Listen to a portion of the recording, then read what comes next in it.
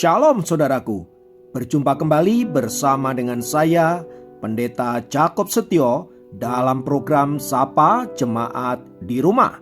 Mari kita masuk dalam hadirat Tuhan, kita berdoa, mohon penyertaan dan berkat Allah dicurahkan atas kita. Bapa, kami menyerahkan waktu renungan firman Tuhan kali ini ke dalam tangan kasih-Mu. Mohon hikmat-Mu, mohon pencerahan daripadamu. Biarlah kami mengerti akan kehendak-Mu, supaya sepanjang hari ini menjadi hari yang diberkati, di mana kami boleh hidup seturut dengan kehendak-Mu. Berfirmanlah Tuhan, kami siap diberkati. Di dalam nama Yesus kami berdoa dan bersyukur kepadamu. Haleluya, amin. Firman Tuhan kali ini saya ambil dari Keluaran pasal yang ketiga ayat yang ke-7 dan 8. Saya ulangi, Keluaran pasal ketiga ayat yang ke-7 dan 8 berkata, "Dan Tuhan berfirman, Aku telah memperhatikan dengan sungguh kesengsaraan umatku di tanah Mesir, dan aku telah mendengar seruan mereka yang disebabkan oleh pengerah-pengerah mereka. Ya, aku mengetahui penderitaan mereka. Sebab itu aku telah turun untuk melepaskan mereka dari tangan orang Mesir, dan menuntun mereka keluar dari negeri itu ke suatu negeri yang baik dan luas, suatu negeri yang berlimpah-limpah susu dan madunya, ke tempat orang Kanaan, orang Het, orang Amori, orang Feris, orang Hewi, dan orang Yebus." Nah, saudara-saudara, kali ini saya ingin berbicara tentang dari Mesir menuju ke tanah Kanaan atau tanah perjanjian. Kisah keluarnya bangsa Israel dari tanah Mesir menuju ke tanah perjanjian atau tanah Kanaan yang memakan waktu selama kurang lebih 40 tahun berputar-putar di padang gurun dengan Musa sebagai pemimpin mereka sudah tidak asing tentunya bagi kita. Tetapi apakah kita mengetahui bahwa kisah keluarnya bangsa Israel dari tanah Mesir dan perjalanan panjang yang luar biasa itu merupakan gambaran kehidupan rohani kita, orang-orang percaya yang ada di dunia ini yang sedang berjalan menuju ke dalam kerajaan sorga. Untuk memahami hal ini saudara-saudara, saya ingin mengajak untuk merenungkan sejenak. Tanah Mesir terletak dekat sungai Nil yang terdiri dari dua bagian. Sebelah utara yang disebut Delta Nil atau Mesir Bawah, dan sebelah selatan disebut Mesir Atas.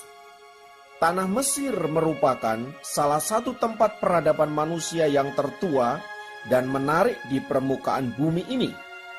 Peradaban Mesir ditandai dengan banyaknya bangunan, patung pahatan, dan piramid-piramid yang termasuk dalam urutan pertama 7 keajaiban dunia.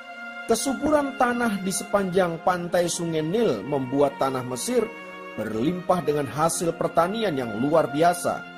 Dengan adanya pembangunan kota, seni pahat patung, pertanian yang hasilnya berlimpah luas, aktivitas kehidupan keagamaan yang ditandai dengan penyembahan kepada dewa matahari atau Re, dewa seniman atau Ptah, dewa dunia kekekalan atau Osiris, dan istrinya dewa Isis sebagai dewi kesuburan, dan anak mereka Horus sebagai dewa terbitnya matahari dan dewa-dewa yang lainnya.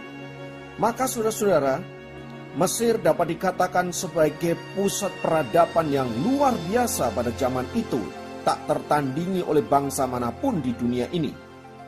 Itulah sebabnya saudaraku, Mesir seringkali ditafsirkan oleh para ahli kitab sebagai lambang dari dunia ini, di mana terjadi segala macam aktivitas manusia, termasuk perbuatan-perbuatan dosa yang keji di hadapan Tuhan.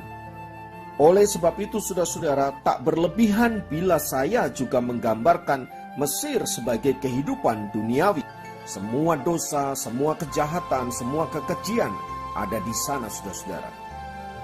Dan yang menjadi pertanyaan adalah, mengapa bangsa Israel harus ada di Mesir?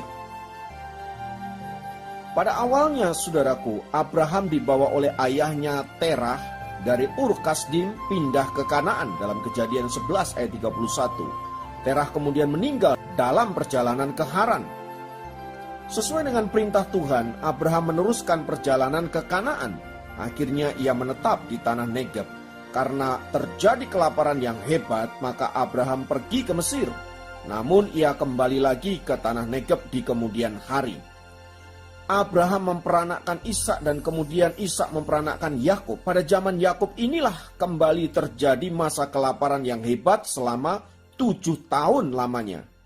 Akhirnya keluarga Yakub pindah ke Mesir karena di Mesir ada Yusuf, yaitu anak Yakub yang dijual oleh saudara-saudara Yusuf. Dan ia sekarang telah menjadi penguasa yang sukses di tanah Mesir. Nah, di tanah Mesir inilah kemudian bangsa Israel menjadi bangsa yang besar, beranak pinak dan bertambah banyak. Dan dalam perjalanan berikutnya ketika Yusuf meninggal dan Raja Mesir yang baru yang tidak mengenal Yusuf memimpin Mesir, terjadilah penindasan besar-besaran atas bangsa Israel di tanah Mesir. Israel diperbudak sedemikian rupa oleh Mesir sehingga mereka tidak berdaya sama sekali. Hidup mereka merana, hidup mereka menderita, hidup mereka hancur, bahkan tidak punya pengharapan sama sekali. Dalam situasi yang demikian saudara-saudara,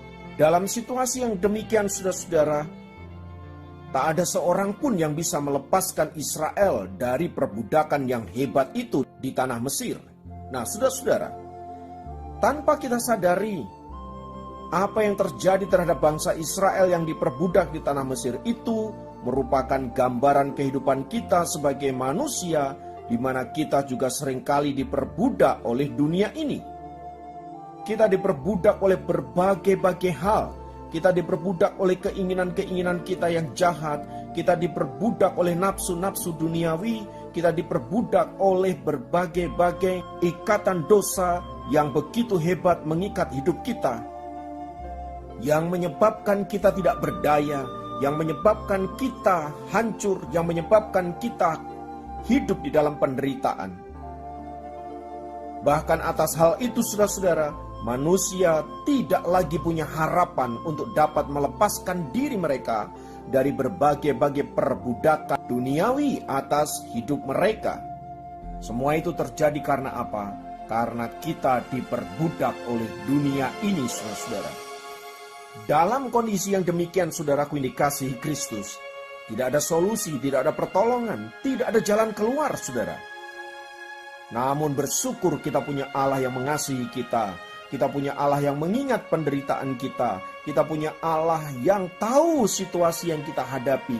Itulah sebabnya kemudian Tuhan mengirimkan Musa kepada bangsa Israel agar mereka keluar dari tanah Mesir menuju tanah perjanjian.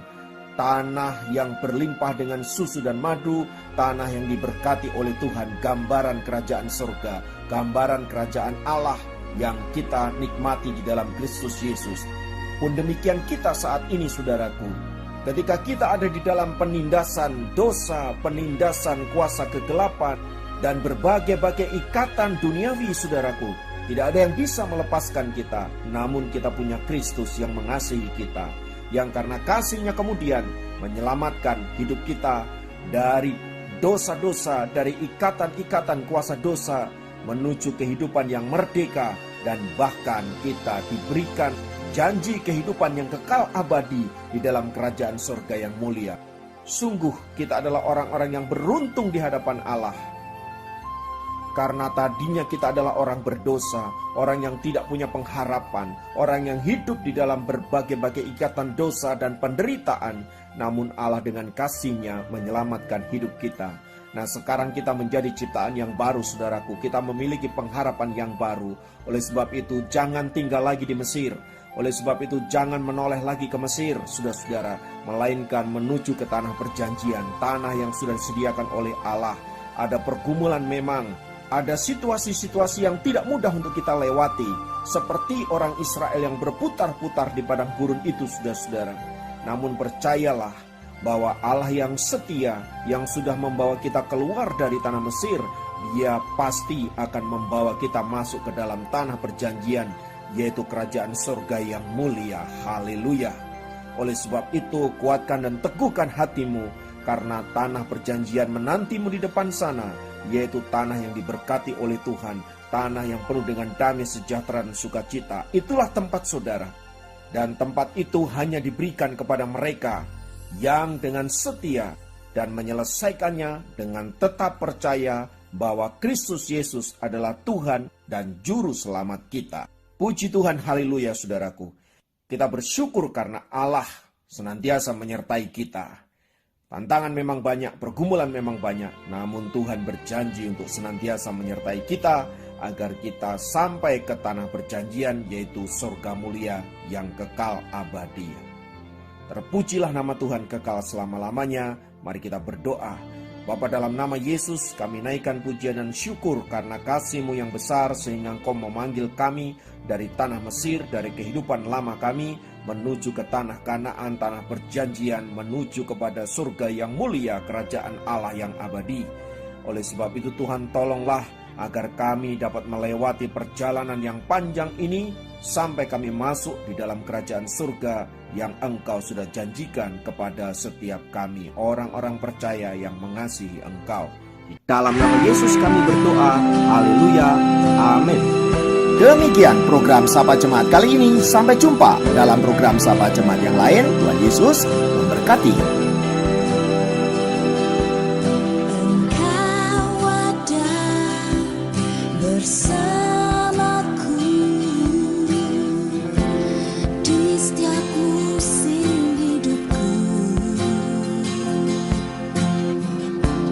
Tak pernah kau biarkan ku sendiri.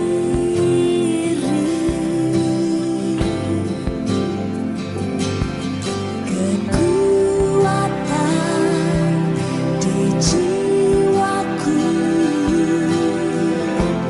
adalah bersamamu. Tak pernah ku ragukan kasih-Mu. Angkat suara Bersamamu